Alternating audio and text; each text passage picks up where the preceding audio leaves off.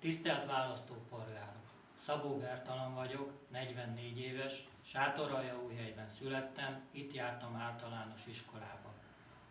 Itt szereztem szakmunkás bizonyítványt, 25 évet dolgoztam a Toldi Vasipari Szövetkezetben. 4 évig voltam Sátoraljaújhelyi önkormányzat civil ifjúsági és sportbizottságának tagja, 1,5 éve vagyok listás önkormányzati képviselő. Azért vállaltam el szocialista párt jelölését, mert ismerem szeretett városunk lakosait foglalkoztató problémákat.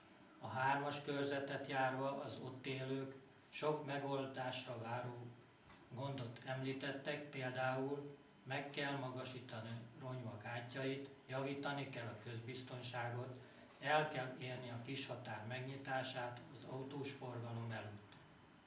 A várost érintő feladatok közül fontosnak tartom a munkahelyteremtést, a bezárt gyárak, üzemek újraindítását, a játszóterek folyamatos felújítását, karbantartását, új játszóterek építését. A dohánygyári sportpálya rendbetétele, újbóli szervezett sportcélú hasznosítása is sürgős feladat.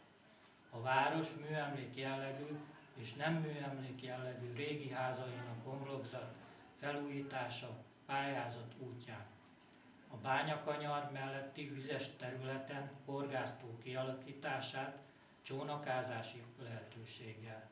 Valódi, elkerülő utat a szlovákokkal közösen, egészséges életmód, megelőzés, tömegsport rendezvények, tudatos egészséges életmódra nevelés kell a városnak.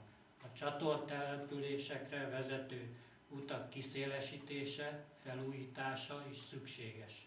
A helyi közügyek képviselete társadalmi megkülönböztetés nélkül az ifjúság és a fizikai dolgozók szemszögéből.